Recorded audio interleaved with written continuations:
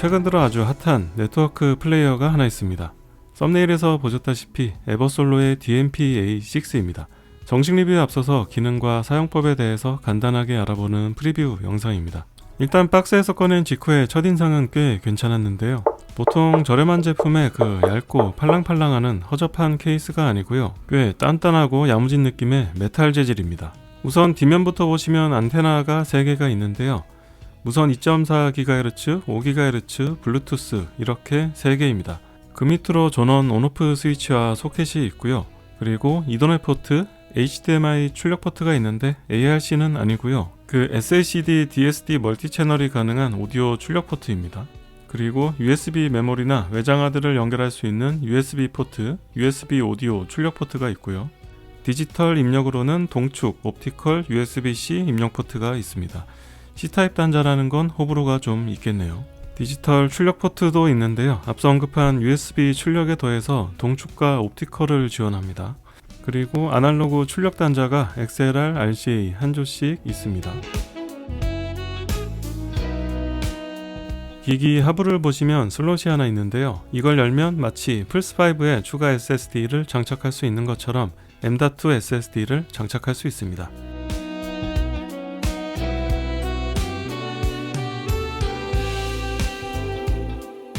전면에는 6인치 터치 스크린이 탑재되어 있고요. 그 옆에는 볼륨 노브가 있습니다.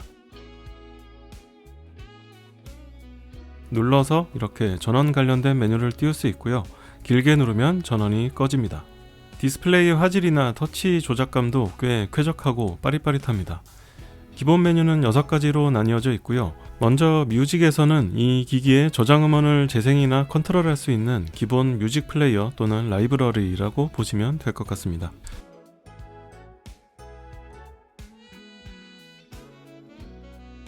그 옆에 스트리밍을 보시면 이 기기에 기본 탑재되어 있는 스트리밍 앱이 있고요. 타이달, 커브즈, 하이레스 오디오, 아마존 뮤직 등이 기본 탑재가 되어 있습니다. 그리고 아래로 내려보면 애플 뮤직, 스포티파이 같은 앱을 바로 설치할 수 있게끔 되어 있고요. 이 앱들뿐만 아니라 멜론, 벅스 같은 국내 스트리밍 앱도 설치할 수 있는데 이 부분은 뒤에서 다시 말씀드리겠습니다. 그 밑에는 클라우드나 외부 네트워크 접속을 할 수 있는 메뉴들이 있습니다. 참고로 다음 업데이트에서 사운드 클라우드가 추가될 예정이라고 하네요. 제일 밑에는 이 기기가 지원하는 무선 프로토콜들이 표시가 되어 있고요. 타이달 커넥트, 룬레디, 스포티파이 커넥트, 에어플레이, DLNA를 지원합니다. 이건 따로 설정할 건 없고 이렇게 지원한다 라는 걸 보여주는 겁니다. 우측의 이 3개는 사용 여부에 따라서 온오프를 설정할 수 있습니다. 이제 파일을 열어보면 일종의 파일 탐색기라고 보시면 되고요. 기본 저장소가 32기가인데 이 전용 안드로이드 OS가 설치된 용량을 제외하면 10기가 남짓 됩니다. 여기에 M.2라고 보이는 게 앞에서 언급한 확장 슬롯에 설치해 놓은 M.2 SSD입니다. 그 외에 SMB나 NFS 같은 네트워크 드라이브를 연결할 수 있게 되어 있고요. 이걸 이용해서 같은 네트워크, 그러니까 같은 공유기에 물려있는 NAS나 PC에 있는 저장소로 바로 연결이 가능합니다. 다음으로 소스에서는 입력과 출력을 설정할 수 있습니다.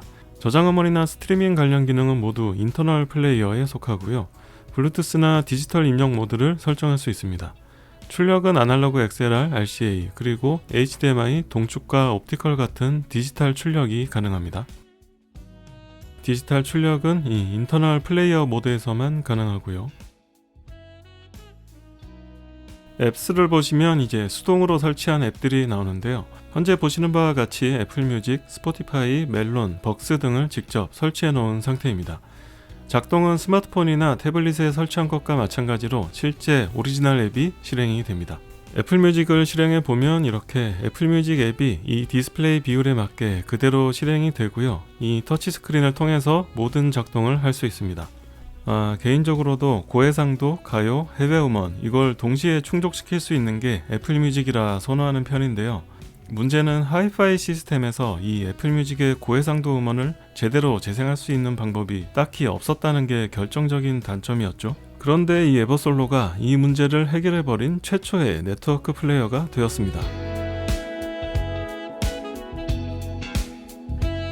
앱의 설치 과정에 대해서는 뒤에서 다시 간략하게 말씀드리겠고요. 다시 돌아와서 마지막으로 세팅에서는 각종 설정들을 할 수 있습니다. 이렇게 각 출력마다 관련된 설정을 할 수 있고요. DAC의 필터 설정으로는 7가지가 준비되어 있습니다. 제조사 측에서 설명하는 각 필터의 특성은 이렇게 되니까 참고하시고요. 그리고 디스플레이에 관련된 설정에서 밝기나 UI를 변경할 수 있고요. 다음으로는 네트워크 연결과 접속에 관련된 설정, 제너럴에서는 일반 설정 항목들이 있습니다. 그리고 이 트랜스퍼를 보시면 파일 전송에 관련된 부분이 나오는데요.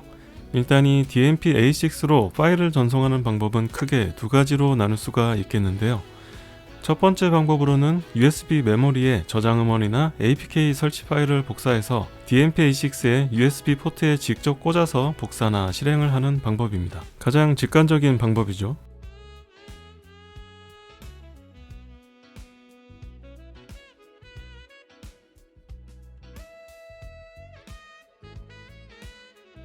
그리고 두 번째 방법이 이 트랜스퍼에 해당되는데요.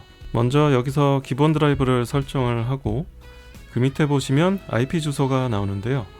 이 DMP-A6와 같은 네트워크상에 있는, 그러니까 같은 공유기에 연결되어 있는 PC에서 웹브라우저를 열고요. 이 IP 주소로 접속을 해보면 이렇게 전송 모드 창이 나옵니다. 여기서 저장 음원을 업로드, 다운로드 할 수 있고요.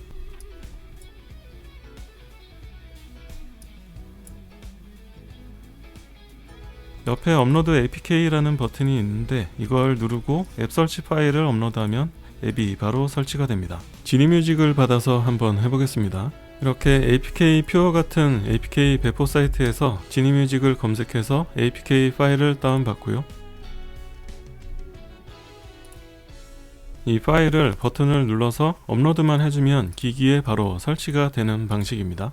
테스트 결과 대부분의 스트리밍 앱은 별 문제 없이 잘 됩니다만 아쉽게도 유튜브랑 유튜브 뮤직 앱은 설치는 되는데 실행이 되지 않는 문제가 있었습니다.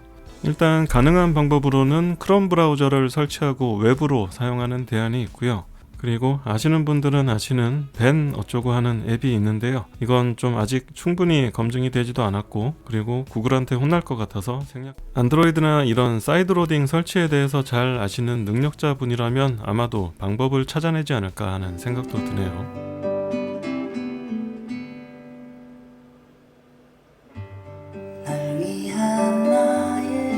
저장 음원이나 앱 설치 파일은 이렇게 네트워크 방식으로 간편하게 할 수 있는데요. 만약에 이 방식이 익숙하지가 않다면 첫 번째 방식, 그러니까 USB 메모리에 파일을 담아서 직접 뒷면에 USB 단자에 꽂아서 하시면 되겠습니다. 맨 밑에 About에서 이 기기의 주요 스펙과 펌웨어를 확인할 수 있고요. 펌웨어 업데이트 역시 네트워크 OTA 방식 아니면 펌웨어 파일을 USB 메모리에 넣고 똑같이 기기에 꽂아서 할 수 있습니다.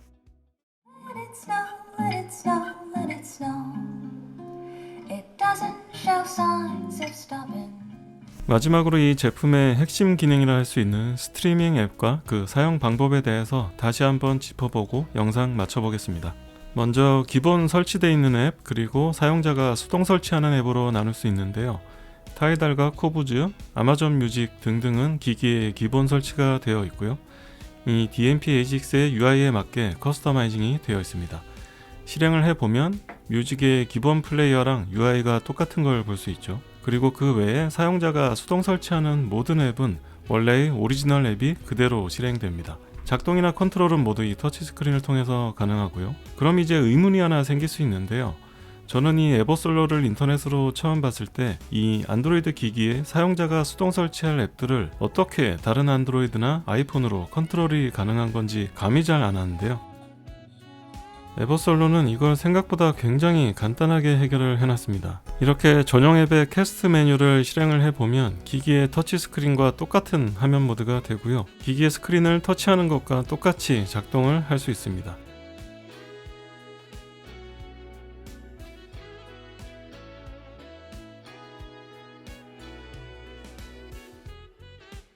다만 기기의 스크린을 직접 터치하는 것보다는 아무래도 앱에 따라서 딜레이나 렉이 살짝씩 느껴지긴 하는데요. 그렇다고 모든 앱이 다 그렇다거나 사용에 지장을 줄 정도로 심한 건 아니라서 그냥 무난하게 사용할 수 있을 것 같습니다.